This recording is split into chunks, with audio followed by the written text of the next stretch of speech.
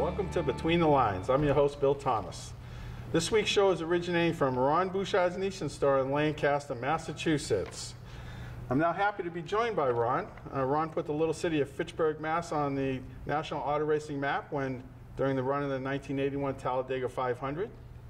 He passed Darrell Waltrip and Terry Labonte on the last lap as they battled to the checkered flag. Ron, welcome to the show. Thanks for having me. It's my pleasure, Ron. You know, we've been talking off air, and I could talk to you for 2 hours. Hopefully we'll fill a half hour, and you know, we'll have some semblance of organization to our discussion here. But I have to ask you this question. I'm jumping ahead.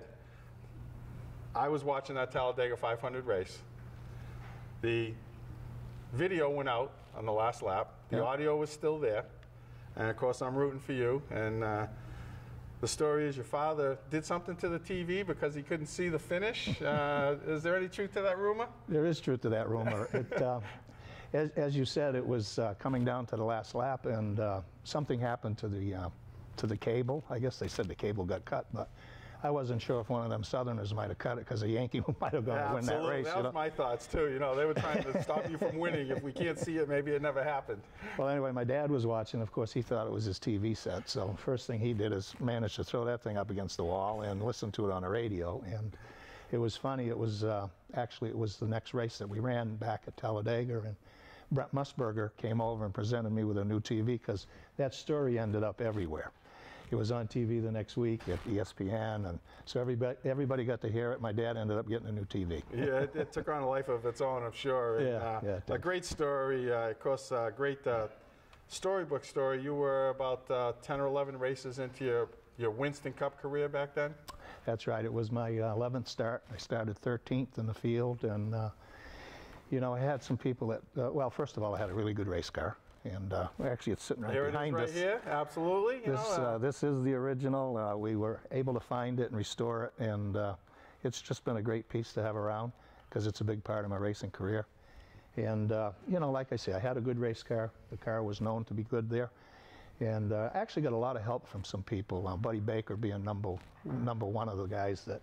You know, I asked him for a little help because who drafted better in the draft than Buddy Baker? He was great at the super speedways back then. Yeah, and great overall, but he was known for. Oh yeah, he was a super speedway guy, and he gave me a lot of help. Told me different things that I needed to know, and actually, the scenario that come down at the end with Darrell leading and Terry second, myself third, was something that he talked about that, how to pass and where you should make the pass, and you know, he gave me a lot of help. And Ricky Rudd was another one. I made a bad pass and I got behind, and Ricky helped me to get pushed back up to the front. So I had a lot of people helping me, and right place, right time. Yeah, you kind of, and the announcers didn't even know that you had won. They're like, that's because they're talking about Darrell and Terry. And anybody who's not familiar with Talladega, the start-finish line is not in the middle of the front straight. It's down at the end. Bill France built it that way just for that type of finish with the slingshot passing techniques that were employed back then a lot. But they really got their money's worth that day, and all of a sudden, Ron Bouchard, was he even on the same lap? And everybody knew you were, and it was a great victory. Well, I didn't know I won it either because our radio had gone out, and you know, typically you have all those troubles during the day, and I didn't really know until I looked up at the scoreboard going down the backstretch, and I see the numbers change around on the scoreboard, and you know, from third to first. Yeah, and then I knew I had them, but it was so close it was hard to tell from inside at that point. Well, they say it was 2 feet. Probably looked like 2 inches to you when you're looking over, yeah. But I'm sure you knew you were ahead because you could tell probably from just glancing over, but you never know, right, when you cross that line. Well, at that speed, 3 of you side by side, it was hard to, you know, to have much side vision, and you know, I was just hoping that I had them by a little bit, but it was very hard to tell. It really was. And this car was built in Connecticut. Your owner was based out of Connecticut, so it was a purely northern team, which is basically unheard of back then. Right. The car itself was actually built in South Carolina by Mike Laughlin, who still today builds a lot of the race cars that we see. And our race team was out of Connecticut. And, you know, we traveled from Connecticut to every one of them races every week. It was a tribute to the guys that worked on it, Bob Johnson and all the guys from Connecticut, and Jack Beebe for putting it together so that, you know, I could drive one of these things. So would you lock the mechanics in the truck on the way to the track, and they're in the back and they're still hammering away on it, make sure they got it all fine-tuned? There was many times that we were still finishing it, going down the road, and you know, like I say, they did a heck of a job. You know, a bunch of the crew would drive in a van, and you know, every now and then, you know, I would get to fly with Jack, but other than that, we all drove in the truck and in the cars, and it was quite an experience. Yeah, much different back then. Let's backtrack a little bit. Of course, back in the early days, great history just in the Fitchburg area of auto racing, going back in the 40s, 50s, 60s. Your dad, Bob, well-known, a builder of race cars. Did he race prior to becoming a car builder, or was he always on the mechanic side? No, actually, my dad owned Red and White Movers Trucking Company, and I actually got him involved in racing by getting him to go to Westboro one time, and he really enjoyed it, and we just happened to sit behind a lady that was Pete Salvatore's wife. So in talking, she says to my dad, what do you do? And he said, I owned a trucking company. So she says, geez, would you sponsor my husband? And that's how it started. That's we met him. yeah. We're networking 101. And then after that, we built the cars right in Fitchburg at where it used to be the old Honda store that we moved. That's where they all originated from in the earlier days. And how long before you came along and talked Dad into letting you drive? I know you weren't quite old enough to actually drive on the road when you actually started racing and beating people at the track. No, you know, it was funny. You know, I used to work on, I was probably 10 years old then, and I'd help work on the car and do things. And once in a while, we'd get to Brookline Speedway, and Pete would let me drive the car, and he'd sit on the floor and work the throttle. So, you know, he gave me that sounds nice and safe. Yeah, you know, he gave me a good experience of how it should be. And, you know, we did that a number of times. And what happened is it was a Sunday, and we got the car ready to go to Brookline Speedway, and Pete called, and he says, geez, I'm not going to be able to make it. I'm sick today. So actually, Steve Hagwood was the guy that worked on the car with us, and he says, well, we're not going to go to the races. I said, oh, yeah, we'll go. He says, who's going to drive? I said, I'll drive. And that's how we went to our first race. And how old were you? 14. 14. So I was a big 14, though. I was going to say, they wouldn't even let you in the pit area at 14. How'd you sneak your way in? Did you put the helmet on in the parking lot? Well, back in them days, they weren't quite so strict. And I, you know, I was a big 14. So I just got in there and drove it, and you know, we had a little success in the heat. I bent the front end, we fixed it, and at that point, a lot of people come over. They wanted to drive it because they knew it was one of the winning cars there. And I said, no, I'm going to drive this thing, and I ended up winning a race and $25 and back to Fitchburg. That was big money back then. That's right. You know, Pete was very successful in the car, and the car had a good reputation. So obviously, they didn't think at 14 you were probably ready for that type of equipment, and they were all lining up telling you, Dad, well, I can do a better job than he can. Yeah, well, everybody, like I say, you know, we had a good race car, and, you know, Pete drove it, you know, after that time, but I remember coming home, and at that time we owned a club in Clegon, and my dad was working there. That's how he wasn't at the race. And I come in, and he said, how'd we do? I said, we won. He says, well, where's Pete? I said, he didn't go. He says, who drove the car? I says, I did. So at that point, I said, you know, we don't need to have a driver anymore. I can do this. And that's when my dad told me. He said, you know, you're going to finish school. You're going to get a diploma. You're going to get a license, and then I'll help you race. And that's how it began. And did you remain friends with Pete, or did he get another ride? What happened to his driving career? Yeah, Pete actually, shortly after I started driving the cars, he kind of got away from it, and then I actually helped him get a ride in a couple of cars at Stafford, and we're still friends today. He comes here, he buys all his cars from me, so yeah, we're still great friends. You know, you made great friends over the years, and I'm just going to go through a few names here, some Fitchburg people, some other people that I know you're still friends with now, but Reno Tulunen, he was known as the Flying Finn, a Fitchburg native, drove some pretty crazy looking race cars back in the day, and you wonder how not only did they finish races, but how did they survive some of the altercations and accidents that they got into back then? Well, Reno, back when he was racing at Westboro and some of the local tracks, I was watching, and we used to go to the races, and he had that unbelievable cut down that was so small and so low. And I think it was at Westboro one time I see him get into a horrific crash. They had to take the top off to get him out. And, you know, still today, I don't know how old Reno is, but he's probably in his mid-80s. He still gets around fine. He comes down. I see him at the dealership once in a while, and just a great guy. You know, I followed him. I never really got to race with him. He was just prior to my time, but a great guy, and yeah, we had plenty of races from Fitchburg. Yeah, I remember that cut down at Westboro Speedway, a great track back in its day. Unfortunately, it's a shopping center now, but there was kind of like a mini Bristol, the high banks, quarter mile, and fast speeds back in the day, back in the 50s. They were flying around there. Yeah, great racetrack. Pete Fiandaca, another local Fitchburg guy that he raced under a shade tree most of the time and didn't, you know, did it his way, they like to say. And But he was always chasing money and would go wherever there was a purse, and he liked being the outsider, going in and beating people. Did you race against him? You know, a little.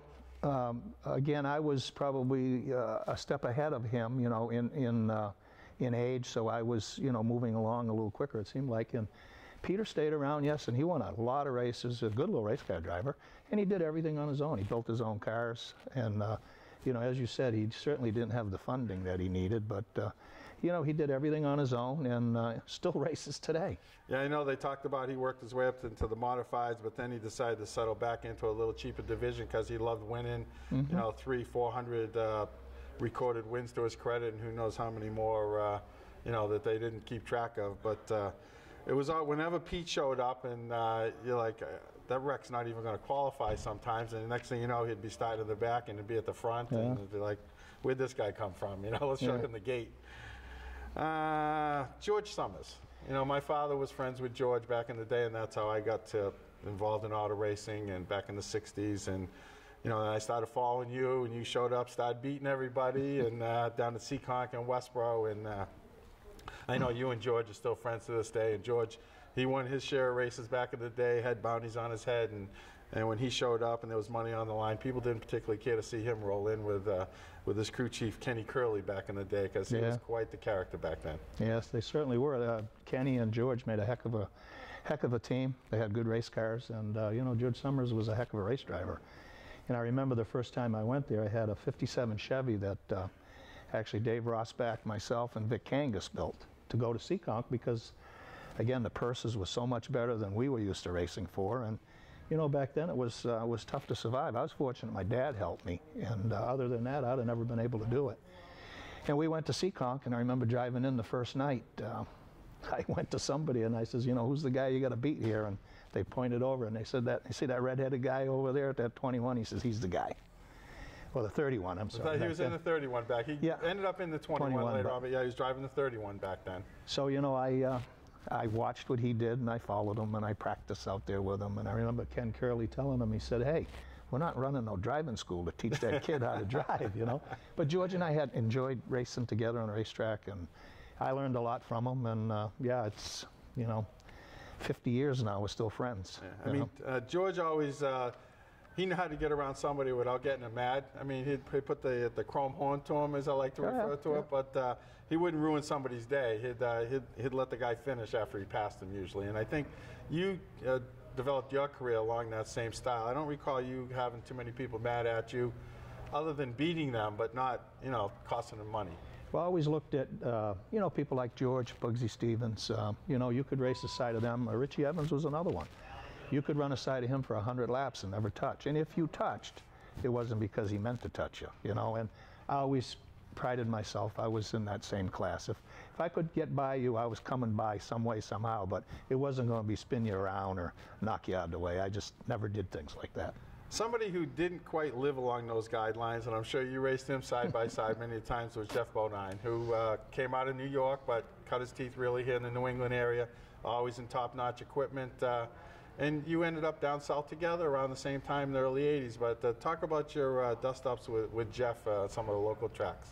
Well, you know, there was a case there that, you know, competition always creates different personalities. And, you know, for him, he was always the type of guy that, you know, if he had to give you a little bump to get by, he was willing to do that. And I think in a lot of cases, that's why a lot of people would not care for his driving style. And, you know, he had trouble with Bugsy, he had trouble with me, he put my brother out one night. I mean, there was a lot of things that happened. So, you know, are we really friends? Not really. We were racing competitors. And, you know, we had a lot of good races back here. I mean, if it wasn't him or Richie or myself that won, it was usually one of the three that would win at Stafford or Thompson or us. We'd go wherever we'd go.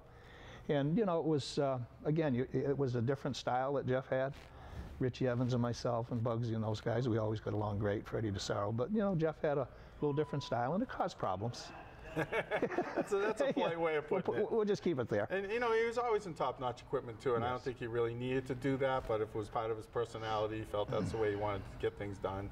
Maybe a little impatient at the time, trying to prove a point, but like you say, he didn't always make the best of friends, and probably had people waiting in his pit stall after the race on more than one occasion. Yeah, I think there was a few times that happened. Let's move forward to how you ended up down south. I know you're very successful. First off, New England racing. Do you ever keep track of how many features you won? Do you have a number as far as local show I don't know. tracks? I've heard a number of times, 400, 450, somewhere in there. That's probably conservative. Yeah, you know, back then I never kept the records. I think the only time we ever had records is when I drove the 2X for Bobby Judkins. One of the kids that worked on the crew, he was actually, he's a computer whiz today. I talked to him a couple weeks ago. He would keep track of every year that I raced with Bobby, and every year that I drove for Bobby, I won 30 races a year with him or more.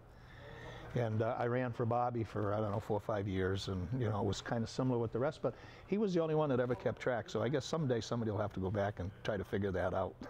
Now, you know, talking about, you know, in that car, you were in a lot of what were known as famous race cars around the New England area. I know you drove the 3 for a while for Lenny Bowler.